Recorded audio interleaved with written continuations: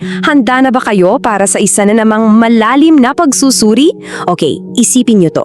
Sa gitna ng matatayog na bundok ng Kalinga at Buntok, may isang ilog na literal na hindi kailanman nanahimik. Ito ang Ilog Chico.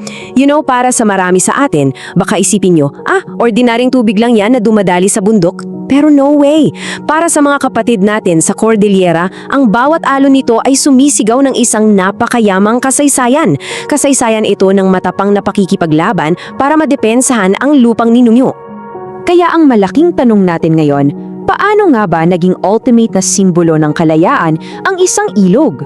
Sa pagsusuring ito, alamin natin kung paano ang isang simpleng anyong tubig ay naging sandata at kalasag ng isang buong komunidad. Hindi ko muna ibubunyag ang buong kwento, pero maniwala kayo sa akin, ang katotohanan sa likod ng agos na ito, mas malalim at mas nakakabilib pa sa inaakala ninyo. Unang bahagi, ang ilog ng buhay. Okay, sisiri natin ito. Bago tayo mapunta sa mga labanan at makabagong kasaysayan, kailangan muna nating magets yung malalim na paggalang ng mga taga-Cordillera sa kalikasan nila. Para sa kanila, ang kapaligiran at ang sarili nila ay iisa. Ayon sa kwento ng mga matatanda, at sobrang ganda ng imaheng ito ang Ilog Chico raw ay hindi lang basta galing sa ulan. Ito ay mismong luha ng kagalakan mula sa Diyos na si Kabunyan. Nang makita niya na nagkakaisa ang mga tribo, umiyak siya sa tuwa at boom! Ang mga luha niya ang naging Ilog Chico. Ibinigay ito bilang banal na regalo, isang daan para sa komunikasyon, kalakalan at mismong buhay nila. Pero syempre, tulad ng maraming kwento tungkol sa likas na yaman, ang payapang agos na ito ay nabulabog. May mga dayuhang puwersa na nagtangkang kontrolin ang ilog. Isipin nyo, isang banal na regalo tapos pipuntarihin lang ng mga tagalabas para pagkakitaan? Kung pamilyar kayo sa kasaysayan ng mga hindi nasakop na bundok ng mga Igorot, alam ninyong hindi sila kailanman papayag na ang sarili nilang lupa at tubig ay gamitin laban sa kanila. Ang tapang na yon, nakatanim na yan sa kultura at mga kwento nila. Ikalawang bahagi, alamat ng higanting ahas. At sobrang linaw na ipinapakita nito kung saan nanggagaling ang tapang nila.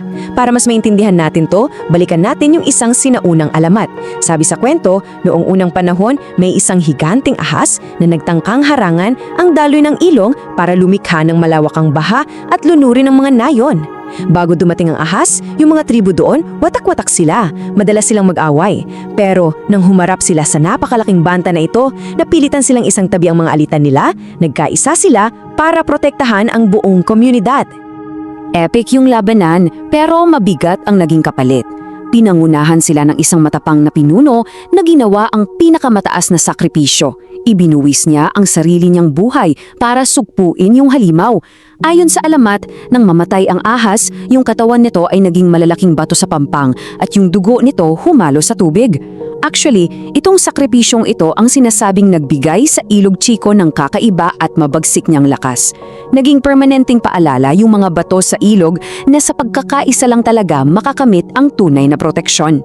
Ikatlong bahagi, ang makabagong alamat. Ngayon, mula sa mito, tatalon tayo sa realidad.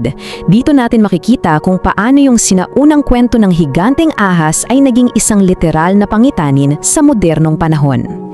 Fast forward sa dekada 70 at 80, iminungkahi ng gobyerno ang Chico River Dam Project. Isa itong dambuhalang proyekto na magpapalubog sana sa napakalawak na bahagi ng mga lupang ninuno.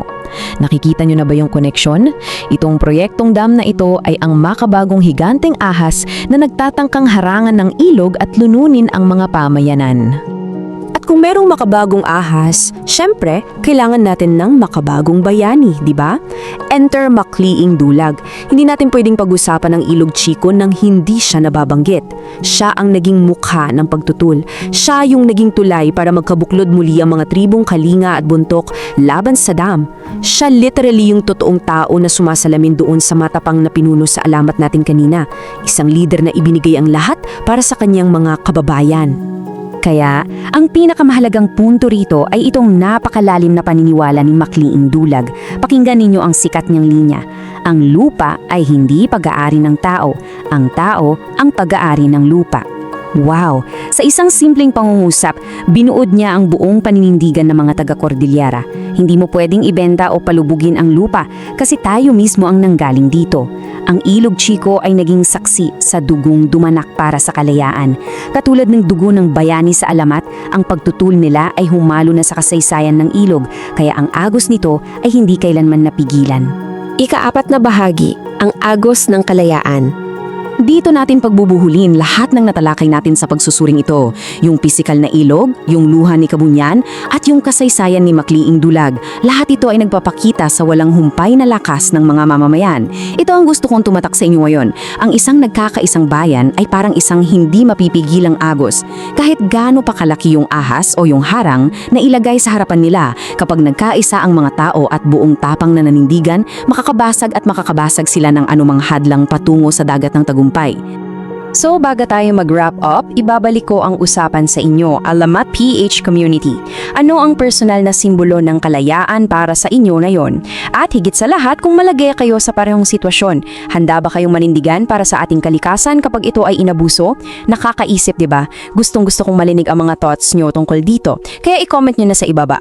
Ipagpatuloy natin ang napakahalagang usapang ito at laging tandaan, sa pagkakaisa nagsisimula ang lakas. Hanggang sa susunod nating pagsusuri. Kung nagustuhan mo ang kwentong ito, huwag kalimutang i-like ang video, mag-subscribe at i-on ang notification bell para sa iba pang alamat at kwentong bayan. I-share mo rin ito para mas marami pang Pilipino ang makaalala ng kagandahan ng ating mga kwento.